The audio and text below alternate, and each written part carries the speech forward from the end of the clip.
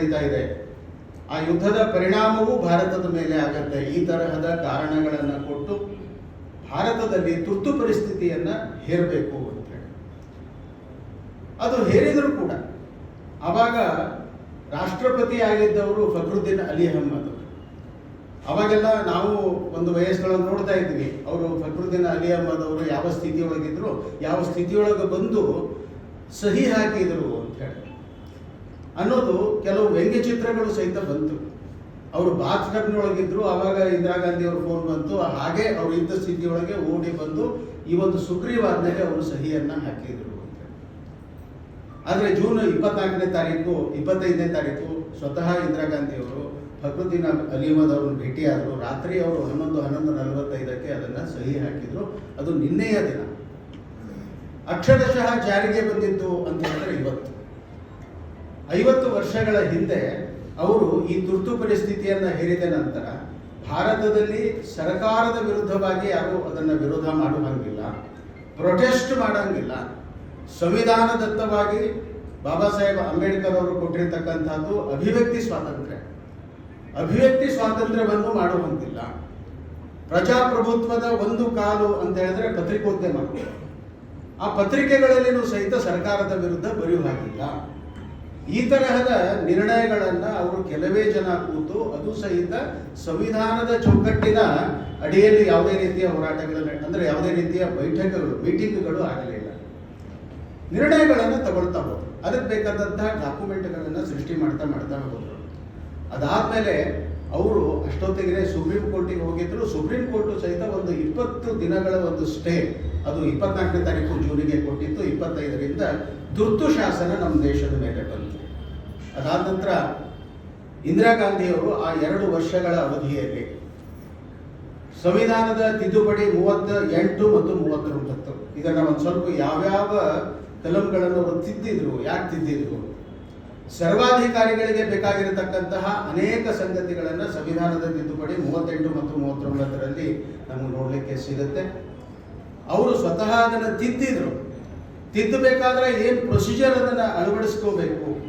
ಯಾಕಂತ ಹೇಳಿದ್ರೆ supreme court ಹೇಳಿತ್ತು ಏನು ಅಂದರೆ ಇದಕ್ಕೆ ಸ್ಟೇ, ಅಂದರೆ ಜೂನ್ 24ಕ್ಕೆ ಸ್ಟೇ, 15 ದಿನಗಳವರೆಗೆ ಅದಕ್ಕೊಂದು ಕಾಲಾವಧಿ, ನಂತರ ಮತ್ತೆ ಇಂದಿರಾ ಗಾಂಧಿ ಅವರು ಕೋರ್ಟಿನ ಎದುರುಗಡೆ ಬರಬೇಕು. ಅಷ್ಟೊತ್ತಿಗೆ ಅವರು ತಿದ್ದುಪಡಿ ಏನು ಮಾಡಿದ್ರು ಅಂತ ಹೇಳಿದ್ರೆ ತಮ್ಮ ಒಬ್ಬರನ್ನೇ ಸೇರಿಸ್ಕೊಂಡಿರಲಿಲ್ಲ. ರಾಷ್ಟ್ರಪತಿ, ಉಪರಾಷ್ಟ್ರಪತಿ, ಲೋಕಸಭೆ ಮತ್ತು ರಾಜ್ಯಸಭೆಗಳ ಅಧ್ಯಕ್ಷರು, ಹಾಗೇನೆ ಪ್ರಧಾನಮಂತ್ರಿ, ಇವರು ಏನು ಮಾಡಿದ್ರೂ ಸಹಿತ ಅದು ಕೋರ್ಟಿನ ವ್ಯಾಪ್ತಿಯಲ್ಲಿ ಬರೋದಿಲ್ಲ.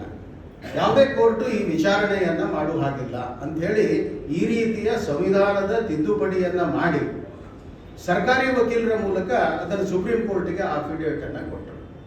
ಅಂದ್ರೆ ಪ್ರಧಾನಮಂತ್ರಿಗಳು ಯಾವುದು ಆಯ್ಕೆ ಆಗಿದ್ದಾರೆ, ಅವ್ರ ಮೇಲೆ ಯಾವುದು ಕೇಸ್ ಅದ, ಅದನ್ನು ನಡೆಸ್ತಕ್ಕಂತಹ ಅಧಿಕಾರ ಸುಪ್ರೀಂ ಕೋರ್ಟ್ಗೆ ಇಲ್ಲ. ಯಾಕಂದ್ರೆ ಸಂವಿಧಾನದ ಅಲ್ಲಿಯ ತಿದ್ದುಪಡಿಯನ್ನು ಮಾಡಲಾಗಿದೆ.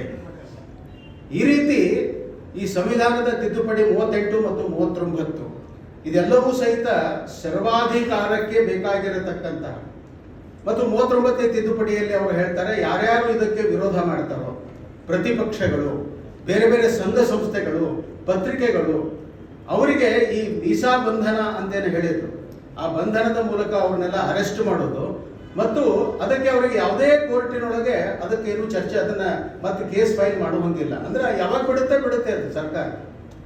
ಯಾರು ಸರ್ಕಾರದ ವಿರುದ್ಧ ಇದ್ದಾರೆ ಅವ್ರನ್ನ ಒಯ್ಯೋದು, ಜೈಲೊಳಗೆ ಹಾಕೋದು, ಎಲ್ಲಿದ್ದಾರೆ ಅಂತ ಹೇಳಿ ಗೊತ್ತಿಲ್ಲ, ಆದ್ರೆ ಯಾವಾಗ ಬಿಡುಗಡೆ ಆಗ್ತಾರೆ ಅನ್ನೋದನ್ನು ಗೊತ್ತಿಲ್ಲ. ಈ ರೀತಿ ಒಂದು ಕರಾಳವಾಗಿ ಇರತಕ್ಕಂತಹ ಶಾಸನಗಳನ್ನ 75ರ ತುರ್ತು ಪರಿಸ್ಥಿತಿಯ ಸಂದರ್ಭದಲ್ಲಿ ನಮ್ಮ ದೇಶದಲ್ಲಿ ಇಂದಿರಾ ಗಾಂಧಿಯವರು ತಗೊಂಡು ಬಂದರು.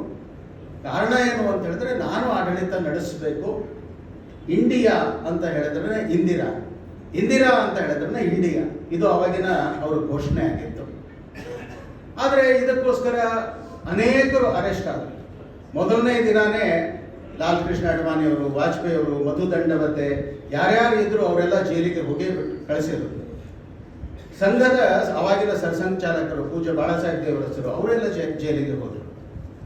ಆದರೆ ಈ ತುರ್ತು ಶಾಸನದ್ದು ಇದರ ವಿರುದ್ಧವಾಗಿ ಹೋರಾಟ ಮಾಡುವವರು ಯಾರು ಅನ್ನೋದನ್ನು ಸಹಿತ ಅವಾಗ ಚರ್ಚೆ ಆಗ್ತಾ ಇತ್ತು.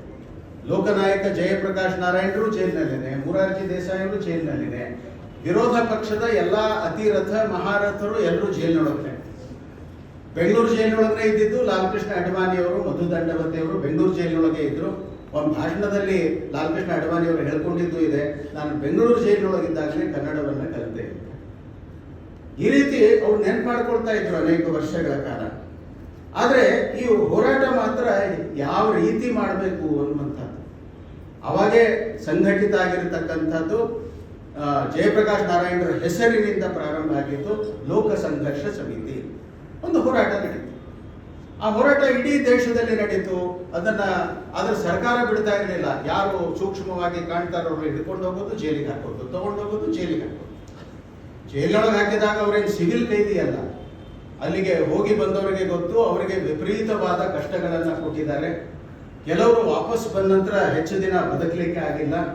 ಕೆಲವರು ತಮ್ಮ ಪುರುಷತ್ವವನ್ನು ಕಳ್ಕೊಳ್ಳುವಷ್ಟು ರೀತಿಯಲ್ಲಿ ಅವರು ಹಿಂಸೆಯನ್ನು ಮಾಡಿದ್ದಾರೆ. ಇಂದಿರಾ ಗಾಂಧಿಯವರ ಮಗ ಸಂಜಯ್ ಗಾಂಧಿ ಅವರು ಏನಿದ್ರು, ಅವರು ಈ ಒಟ್ಟು ಚಟುವಟಿಕೆಯಲ್ಲಿ ಅವರು ಏನೇನು ಮಾಡಬೇಕು ಅನ್ನೋದು ಪ್ರಮುಖವಾದಂತಹ ನಿರ್ಧಾರಗಳು ಅವರು ತಗೊಳ್ತಾ ಇದ್ರು.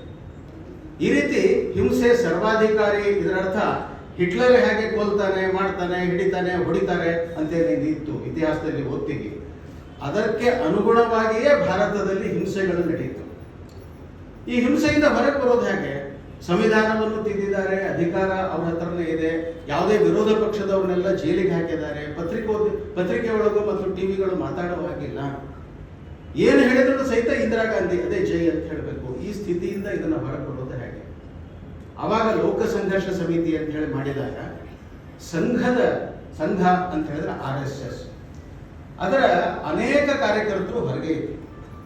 ಕೆಲವು ಕಾರ್ಯಕರ್ತರು ಮಾತ್ರ ಜೈಲಿನೊಳಗಿದ್ರು. ಕಾರಣ ಅಂತ ಹೇಳಿದ್ರೆ ಯಾರ್ಯಾರು ನೋಟೆಡ್ ಇದ್ರೋ ಅವರೆಲ್ಲರೂ ಸಹಿತ ಜೈಲಿನೊಳಗೆ ಹೋಗಿದ್ರು.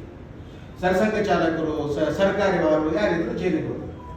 ಆದರೆ ಉಳಿದಂತಹ ಸಾವಿರಾರು ಜನ ಪ್ರಚಾರಕರು, ಸಾಮಾನ್ಯ ಅನೇಕ ಜನ ಕಾರ್ಯಕರ್ತರು ಅವರೆಲ್ಲ ಸಹಜವಾಗಿ ತಮ್ಮ ಮನೆಯೊಳಗೆ ಇದ್ರು. ಅವರು ಇದಕ್ಕೆ ಏನ್ ಮಾಡಬೇಕು ಅಂತ ಹೇಳಿ ಒಂದು ಚರ್ಚೆ ಮಾಡಿ ಯೋಜನೆಯನ್ನ ರೂಪಿಸಿದ್ರು. ಅದಕ್ಕೆ ಲೋಕ ಸಂಘರ್ಷ ಸಮಿತಿಯ ಕೆಳಗಡೆ ಪತ್ರಿಕೆಗಳನ್ನ ಹೊರಗೆ ತಗೊಂಡ್ಬರ್ಬೇಕು, ಪತ್ರಿಕೆಗಳನ್ನ ಹಂಚಬೇಕು, ಪೊಲೀಸ್ ಸ್ಟೇಷನ್ಗೂ ಹಂಚಬೇಕು. ಸಣ್ಣ ಹುಡುಗರು ಕಹಳೆ ಅಂತ ಹೇಳಿ ಒಂದು ಪತ್ರಿಕೆ, ಅದನ್ನ ಪೊಲೀಸ್ ಸ್ಟೇಷನ್ಗೆ